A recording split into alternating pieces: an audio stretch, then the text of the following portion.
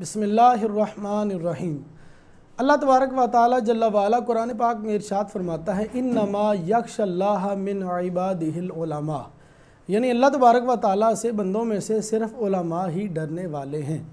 इसके अलावा नबी करीम सल्लल्लाहु तआला अलैहि वसल्लम ने बुखारी शरीफ के अंदर हुजूर से फरमान मौजूद है। नबी करीम सल्लल्लाहु तआला अलैहि वसल्लम फरमाते हैं कि इन्नमल उलमा वरसतुल अंबिया, कि अल्लाह तबारक व तआला के जो नबी हैं अल्लाह ने उलमा को उनका वारिस बनाया।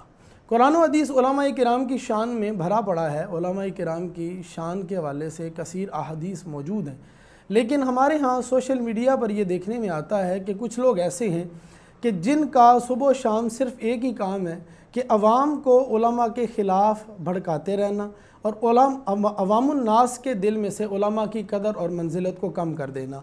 उसकी वजह यह है कि लोग ताकि उलमा के करीब ना आ सकें, और जब उलमा के करीब लोग नहीं आएंगे तो यकीनी तौर पर लोग कुरान और हदीस की तालीम से दूर रहेंगे, क्योंकि फ़ी ज़माना दीन सीखने सिखाने का बेहतरीन और सबसे बड़ा ज़रिया वो उलमा किराम है।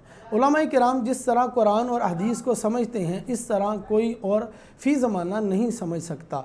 और उलमा किराम यकीनी तौर पर वो फ़रीज़ा सर अंजाम दे रहे हैं कि जो फ़रीज़ा दरअसल अंबिया किराम अलैहिस्सलातु वस्सलाम का था कि वो लोगों तक अल्लाह तबारक व तआला का पैगाम पहुँचाते थे। तो इसी तरह उलमा किराम नबियों का और अल्लाह तबारक व तआला का पैगाम लोगों तक पहुँचाते हैं। तो ये एक बहुत बड़ी सोची समझी साजिश और प्लानिंग के तहत लिबरल्स की तरफ से ये किया जाता है कि अवाम की इतनी ज़्यादा हौसला शिकनी की जाए और उनके ख़िलाफ़ इतना ज़्यादा बोला जाए कि आहिस्ता आहिस्ता लोगों के दिलों में उलमा की नफ़रत पैदा हो जाए।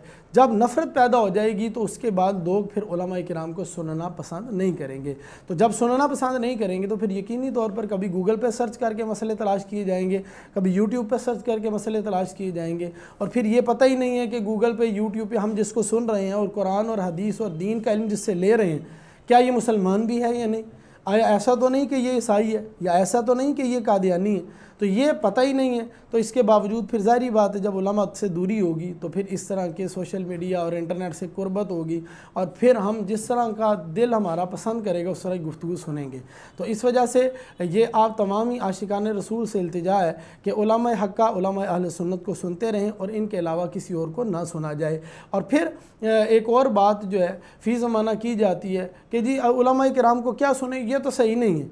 तो अर्ज़ ये है कि क्या ये फ़ैसला जाहिल का लफ्ज़ चले मैं नहीं बोलता, लेकिन क्या इल्म ना रखने वाले लोग, इल्म दीन ना रखने वाले लोग ये फ़ैसला करेंगे कि ये ज़्यादा अच्छा आलिम है और ये अच्छा आलिम नहीं है, इसको दीन आता है और इसको दीन नहीं आता? तो ये बिल्कुल ऐसे ही होगा कि अगर मिसाल के ज़रिए समझा जाए कि 5 क्लास का बच्चा उठकर ये चेक करे कि MBBS में जो 4-5 स्टूडेंट पढ़ रहे हैं उनमें से अच्छा कौन पढ़ रहा है, तो जब एक उसका लेवल ही नहीं है, वो चेक कर ही नहीं सकता, तो वो फिर किस अंदाज़े और किस इल्म के तहत ये चेक कर रहा है कि ये आलिम सही है और ये आलिम सही नहीं है? ये तो उलमा का काम है कि उलमा कैटेगराइज करेंगे कि कौन से उलमा हक्का हैं और कौन से नहीं।